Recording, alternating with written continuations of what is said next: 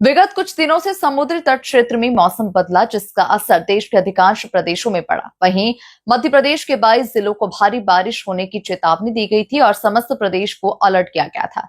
इसके रहते किसानों को अपनी फसल को लेकर चिंता जाहिर करते हुए देखा गया। ये समय धान की कटाई का है। संपूर्ण तरीके से धान पककर तैयार है, खेतों में खड़ी है, लेकिन दीपावली से ही कई बार मौसम में परिवर्तन हुआ, जिससे धान की कटाई देरी से चालू हो रही है।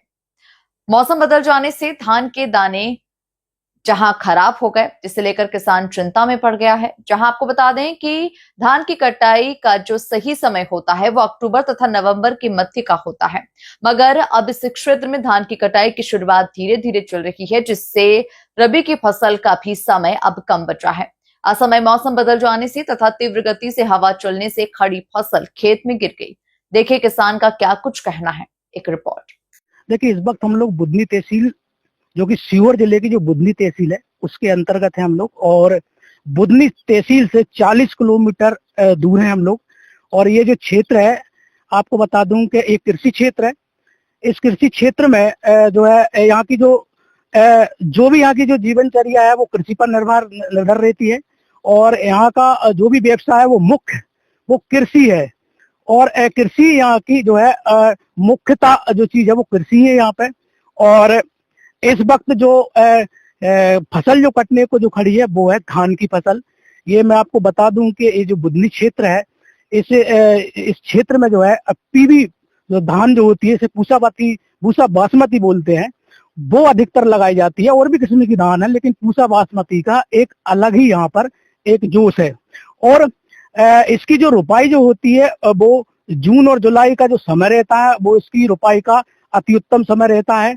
और जब इस फसल को काटने का जो समय आता है वो अक्टूबर और नवंबर का जो मध्य रहता है, उसमें इसकी कटाई का जो समय रहता है। लेकिन आपको मैं बता दूं कि ये जो कटाई का जब जो समय आया था दीपावली के बाद में, जो है यहाँ की जो फसल जो रहती है, धान जो जिस कटाई का जो समय रहता है वो दीपावली के बाद का रहता है। लेकिन असमय जो है यहाँ पर अपने समुद्री और तटीय जो क्षेत्र है उनमें जो तूफान आया था, उसका जो असर जो है मध्य प्रदेश में भी देखा गया था। और 22 जिलों में जो है भारी बारिश का अलर्ट किया गया था।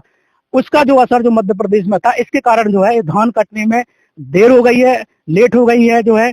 और अभी तक जो है जो मध्य का जो समय जो रहता है इसकी धान की कटाई के बाद का, वो रहता है रबी की बुआई का रहता है, जिसमें मुख्यतः जो रबी की जो फसलें जो होती है इस क्षेत्र के अंदर वो होती है चना, तिवड़ा और बटरा, मसूर, गेहूं। ये जो मुख्य फसलें होती है। लेकिन इस क्षेत्र के अंदर अधिकतर जो है गेहूं और जो चना जो रहती है वो मुख्यतः लोग लगाते हैं।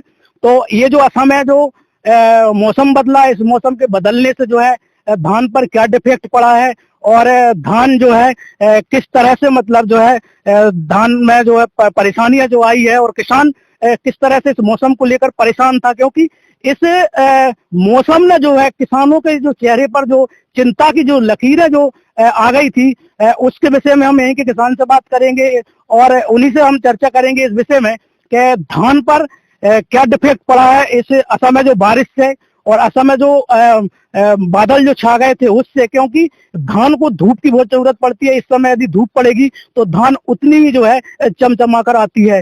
तो मेरे साथ में इस तरह के स्थानीय जो किसान है उससे मैं बात करूंगा कि भाई किस तरह से जो है इस असमय जो बारिश से धान पर किस तरह की जो परेशानी आई है और कटने में कितना समय लेट हुई है। ये जो तो तमाम बातें हम यही स्थानीय किसान से करेंगे। सबसे पहले तो हम इनका नाम पूछेंगे। पहले अपना नाम क्या है भाई साहब? जसवंत चौहान। जसवंत चौहान।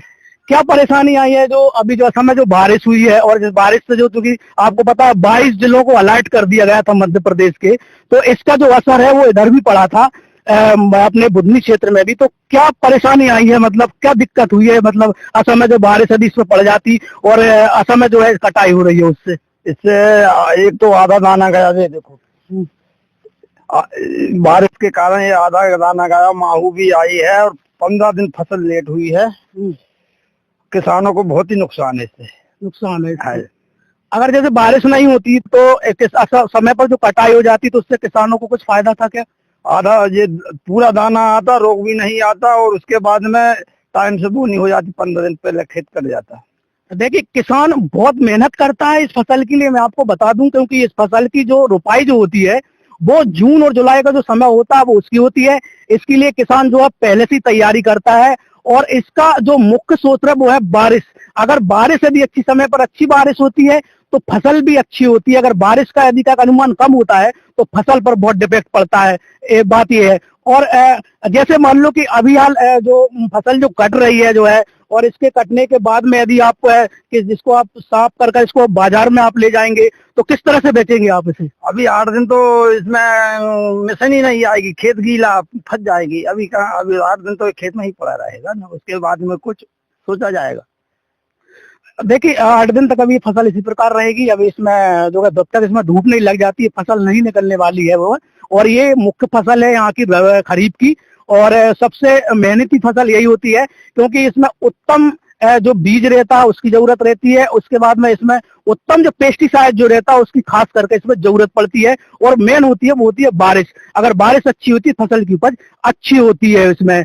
अब रबी की फसल का भी समय हो गया है, इसकी कटाई के बाद में आप फिर रबी की ओर अग्रसर होंगे। आप किस प्रकार से होंगे अब, क्योंकि आप तो लेट हो गए हैं? बहुत लेट है, चना के काया तो बहुत ही लेट है, गेहूं तो थोड़ी बहुत ठोकर मारे भी ले है।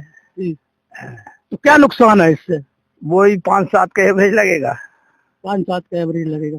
देखिए किसान ने सीधा बताया है कि किस प्रकार से मतलब जो है यहाँ पे परेशानी है। जो असम में जो यहाँ पे बादल छाए हैं, असम में जो बारिश हुई है उसे लेकर धान पर जो डिफेक्ट पड़ा है वो क्या डिफेक्ट है वो आपके सामने है। और जो कि अन्नदाता जो होता है ये मेहनत करता है, इसकी मेहनत जो होती है उसकी मेहनत का ही नतीजा होता है कि आज आपके घरों की जो थाली में जो आपको मिलता है वो इसकी मेहनत का नतीजा है। और ये बहुत मेहनत करता है अपनी फसल को बनाने में और आप लोगों तक पहुंचाने में। इसे बोने से लेके काटने तक जो मेहनत वो करता है उसका मेहनताना उसको समय पे मिल जाना चाहिए। यहाँ पर जो अपनी क्रांति जो होती है उसका समर्थन मूल्य पर बिक जाती है। वो तो समर्थन मूल्य पर बिक जाती है, यहाँ पर तो बहुत कम लगती है वो क्रांति। और फिर 14-15 रुपए क्विंटल तो खरीदे ही नहीं सरकार। किसी के पास 5 एकड़ का पंजीयन है तो 20 एकड़ की क्रांति ही कहाँ तोले।